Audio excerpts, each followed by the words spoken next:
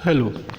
Class ninth का जो हमारा टॉपिक चल रहा था चैप्टर 5 यूक्लिड की ज्यामितीय परिचय, उसकी एक्सरसाइज 5.1 पहले 4 क्वेश्चन पूरे हो चुके थे। आज ये समाप्त हो जाएगी।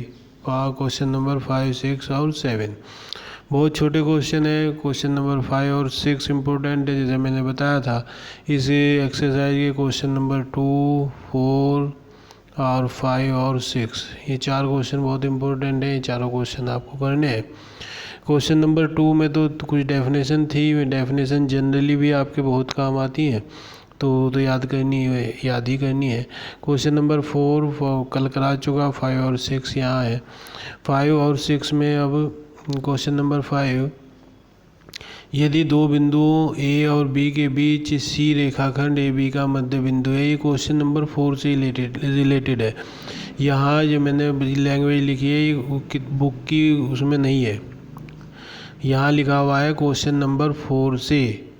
ठीक, क्वेश्चन नंबर 4 उसकी पूरी लैंग्वेज मैंने यहाँ लिख दी। यदि दो बिंदु ए और बी के बीच सी रेखाखंड ए बी का मध्य बिंदु है, के बीच बिंदु जो सी है वो मध्य बिंदु है दिया हुआ है। सिद्ध कीजिए कि एक रेखाखंड का एक और केवल एक ही मध्य बिंदु होता है। यानी कि इसने पूछा है कि किसी भी रेखाखंड है उसका सिर्फ एक मध्य बिंदु होता है, दो मध्य बिंदु नहीं हो सकते हैं, तीन नहीं हो सकते हैं, सिर्फ एक होता है। ये सिद्ध करना है। क्या करेंगे, हम मान के चलेंगे, मान लिया इसके दो मध्य बिंदु हैं। मान लिया ए बी रेखाखंड के कितने मध्य बिंदु हैं? दो, एक सी और एक डी। मध्य बिंदु होने का मतलब क्या हो गया कि ए सी, मान लिया सी मध्य बिंदु है तो ए सी बराबर हो गया ए बी का आधा। ठीक, और जब हम डी मध्य बिंदु मान के चले तो ये डी बराबर हो गया 1/2 ए बी। अब ये भी 1/2 ए बी बराबर है ए डी के, 1/2 ए बी बराबर है ए सी के। इसका मतलब क्या हुआ कि ए सी बराबर हो गया ए डी के। ए सी बराबर हो गया ए डी के। अब ये बराबर तो सिर्फ एक ही स्थिति में हो सकते हैं कि जब ये दोनों बिंदु एक ही हों। ठीक, परंतु यह तभी संभव है जब सी और डी समपाती हो, यानी कि एक ही बिंदु है। अतः सी एक अद्वितीय मध्य बिंदु है, सिर्फ एक ही हो सकता है। इसके बाद क्वेश्चन नंबर 6 बहुत इंपॉर्टेंट क्वेश्चन है, छोटा सा क्वेश्चन है। ये दिया हुआ है कि यदि ये एक चित्र दिया हुआ है और ए सी बराबर दिया हुआ है बी डी के, ए सी बराबर बी डी ये दिया हुआ है, तो सिद्ध करना है कि ए बी बराबर है सी डी के। क्या करेंगे, ये हिस्सा इन दोनों में कॉमन है जो दिया हुआ है। दिया हुआ क्या था, ए सी बराबर बी डी, तो बी सी को हिस्सा कॉमन है, उस बी सी को दोनों में से माइनस कर दो, तो ए सी माइनस बी सी बराबर हो गया B D minus B C. इस बी सी हिस्से को माइनस कर दिया ये दोनों ओर से।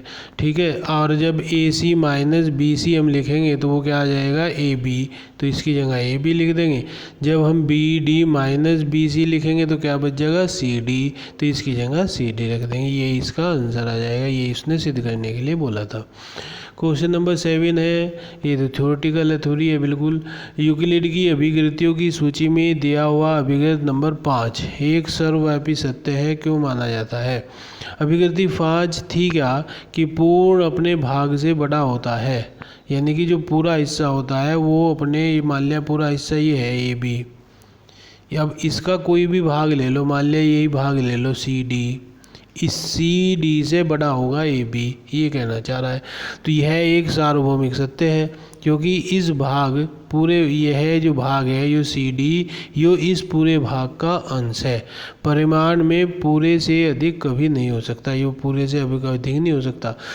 यानी कि मान लिया ए बी एक रेखा है और इसका जो भाग होगा वो इस ए बी से बड़ा नहीं हो सकता, तो ये सार्वभौमिक सत्य है। यहीं पर ये 5.1 समाप्त हो जाती है। और 5.2 में भी बहुत कम क्वेश्चन है, 2 क्वेश्चन है, थ्योरेटिकल है, उसके बारे में कल डिस्कस करेंगे। धन्यवाद।